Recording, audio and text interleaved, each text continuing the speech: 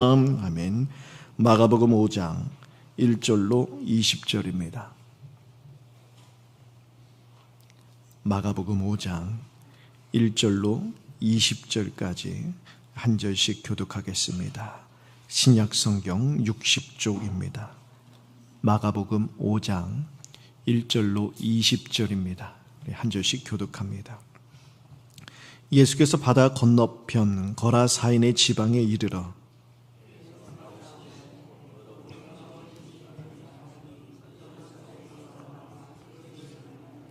그 사람은 무덤 사이에 거쳐 하는데 이제는 아무도 그를 쇠사슬로도 매일 수가 없게 되었으니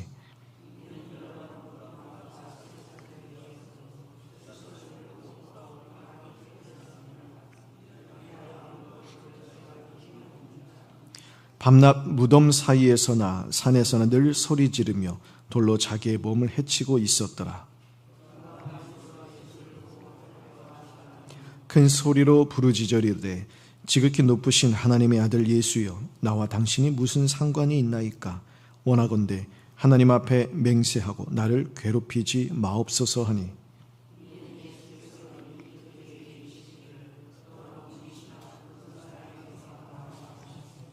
이에 물으시되 내 이름이 무엇이냐? 이르되 내 이름은 군대니 우리가 많음이니이다 하고 마침 거기 돼지의 큰 떼가 산 곁에서 먹고 있는지라.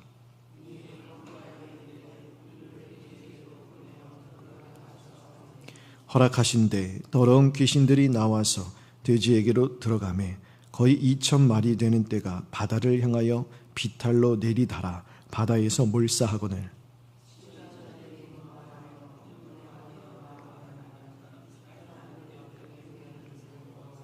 예수께 이르되 그 귀신 들렸던 자 곧 군대 귀신 집혔던 자가 옷을 입고 정신이 온전하여 앉은 것을 보고 두려워하더라.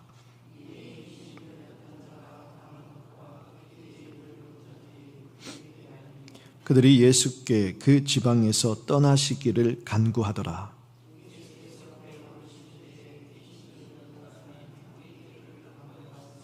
허락하지 아니하시고 그에게 이르시되 집으로 돌아가 주께서 내게 어떻게 큰 일을 행하사 너를 불쌍히 여기신 것을 내 가족에게 알리라 하시니 그가 가서 예수께서 자기에게 어떻게 큰 일 행하셨는지를 데가볼리에 전파하니 모든 사람이 놀랍게 여기더라. 아멘. 예수님께서 갈릴리에서 귀신을 내어 쫓으시면서 하나님 나라가 임하였음을 보여주셨는데요. 이제는 이 데가볼리에 있는 거라사 지방에 귀신 들린 자를 치유해 주십니다. 귀신을 내어 쫓으시면서 이방 지역에도 하나님의 나라가 임하였음을 보여주십니다. 2절과 3절부터 5절까지 2절부터 5절까지 보면 그 지역에 더러운 귀신 들린 자가 소개가 되고 있지요. 보니까 무덤 사이에 거쳐 하는데 아무도 그를 제어할 수가 없었습니다. 밤낮 소리를 지르고 기록되지 않았지만 얼마나 사람들을 불편하고 힘들게 또 공포스럽게 만들었겠습니까? 그러니 사람들이 와서 그를 쇠사슬로 묶고 고랑을 채워서 통제를 하려고 했지만 소용이 없었습니다. 다 끊어버리고 다 풀어버리고 사람들을 괴롭혔던 것이죠. 이 귀신 들린 사람은요, 사탄이 하나님의 형상인 이 영과 육을 얼마나 비참하게 파괴하는지를 여실히 보여주는 것입니다. 이제 주님께서 그곳으로 오시자 귀신 들린 자가 주님을 대번에 알아보지요. 그리고 달려와서 예수님께 당신은 하나님의 아들 예수니이다 하면서 나와 무슨 상관이 있나이까? 왜 나를 여기 와서 나와 상관하지 말라는 거야. 나를 내버려 두려는 거야. 나를 멀리 쫓아내지 말라는 것이죠. 9절에 보니까 주님께서 그에게 물으십니다. 이름을 묻자 군대라고 답하죠. 많은 귀신 떼가 들어와 있다는 것입니다. 10절에서 13절 보시면 결국 귀신은 다른 지역으로 멀리 나를 내쫓지 말고 옆에 있는 이 부정한 돼지 떼에게 들어가게 해달라. 그리고 요청을 합니다. 주님께서 그렇게 하라 하니까 옆에 비탈길에 있는 돼지 떼에 들어가죠. 그 중에 2,000마리나 되는 이 돼지들이 달려가서 이제 물속으로 돌진을 해서 몰사하고 맙니다. 주님께서 사탄을 완전히 멸하실 때가 있다는 것을 보여주는 거예요. 아직은 아니에요. 하지만 주님께서 이 땅에 다시 오실 때 완전히 사탄이 멸하여질 것을 미리 보여주시는 것이요. 또한 동시에 사탄의 일의 결과는요, 죽음뿐임을 보여주는 것입니다. 거라사 지방에서 귀신 들린 자를 통제할 수 있는 자는 아무도 없었지요. 이 사탄이 부리는 힘을 막아설 수 있는, 제지할 수 있는 사람은 아무도 없는 것입니다. 귀신 들린 자가 멀리서 예수님을 바라보자마자 예수님이 어떤 분이신지를 알아차리고 그의 권세와 위엄을 알아차렸습니다. 주님 앞에서 자기의 목적을 이룰 수 없는 것을 알기에 다른 데로 내쫓지 마시고 부정한 짐승에게 들어가도록 허락해 주시기를 구합니다. 사탄은요, 하나님 나라에, 이 하나님 나라가 역사되는 것을 방해하는 존재이기도 하지만 주님의 권능 아래, 주님의 권세 아래에 있는 자지요. 그렇게 우리가 주님과 함께 하기만 하면 아무리 거센 사단의 그러한 힘도 우리 머리털 하나 상하게 할 수 없다는 것입니다. 사탄이 아무리요, 성경에 보면 으르렁거리는 사자같이, 우는 사자와 같이 삼킬 자를 두루 찾는다 하지요. 하지만 우리가 주님 안에만 거한다면요, 이빨 빠진 사자와 같다는 거예요. 아무리 으르렁거릴 수는 있어요. 위협할 수는 있습니다. 물어 뜯을 수는 없다는 거예요. 왜요? 주님이 보호하고 계시기 때문에. 주님의 권능 아래에 굴복하는 존재일 뿐이다라는 것을 보여주는 것이죠. 16절과 17절에 보시면 돼지떼가 몰살당하자 돼지떼를 이제 치던 사람들이 놀라서 사람들에게 이야기합니다. 거라사 이 지방에 사는 사람들이 몰려와서 이 일을 보고 주님께 떠나가 달라고 이야기해요. 눈에 보이는 그런 물질적인 손해 때문에 눈에 보이지 아니하는 하나님 나라의 역사를 외면한 것입니다. 영적 유익을 보지 못하고 이들은 오직 손해만 바라보는 그런 영적 소경임을 보여주는 것이죠.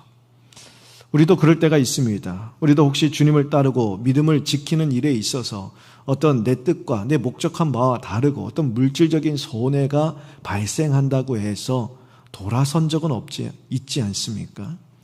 어떤 우리에게 주어진 그런 하나님을 섬기는 일, 때로는 헌금과 봉사가 인색해지는 이유가 우리의 어려워진 경제적인 상황 때문은 아닙니까? 말씀대로 살기 위하여 감당해야 할 어떤 희생과 손해를 계산하면서 주저한 적은 있지 않습니까? 결국 하나님께서 일하고 계신 현장 속에서 이런 물질적인 손해만 계산하다가 주님을 놓치고만 거라사 지방의 사람들의 모습이 우리의 모습이라는 것을 보여주고 있는 것입니다. 오늘 본문은요, 우리에게 가장 소중한 것이 무엇인가를 묻고 있습니다. 거라사 지방의 사람들에게 있어서 소중한 것은 돼지떼였어요. 돼지떼가 주님보다 더 소중했던 것입니다. 지금 우리에게 있어서 소중한 것, 물론 예수님이 소중하지요. 예수님이 사랑하지요. 그런데 하루에도 수십 번씩 예수님보다 더 다른 것을 우리의 마음 가운데 둘 때가 많다라는 거예요. 예수님을 사랑하긴 하지만 예수님보다 더 사랑하는 것들이 더 많다라는 것입니다. 만일 예수님보다 더 소중하게 여기는 것들이 있다면 우리는요, 주님께 떠나가 달라고 이야기하는 거라사 지방의 사람들과 별반 다를 바 없다라는 것입니다. 주님보다 더 사랑했던 것들을 내려놓고 주님을 더 붙들게 되기를 바랍니다.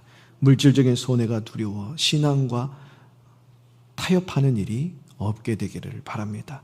주님보다 소중한 것을 움켜쥔 채 주님의 은혜와 주님의 역사를 기대할 수는 없다라는 것이 있죠.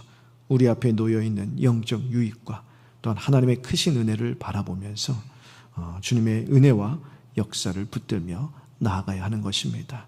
주님보다 소중한 것이 없는 삶을 살 때 하나님께서 날마다 우리의 삶을 또한 우리의 심령을 놀랍게 변화시켜 주실 것입니다. 오늘 귀신 들린 자를 보세요. 18절에 보니까 그가 회복되고 나서 주님과 동행하기를 구하죠.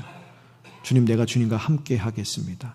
이 지역을 떠날 때 그 배에 같이 올라타기를 구합니다. 하지만 주님께서 돌아가라 이야기하시죠. 너의 고향으로 돌아가라. 가족에게 돌아가서 어떤 일이 일어나는지를 증거하라는 거예요. 주님이 어떤 분이시고 무엇을 행하셨는지를 증거하라는 것입니다. 그래서 그가 데가볼리로 돌아가죠.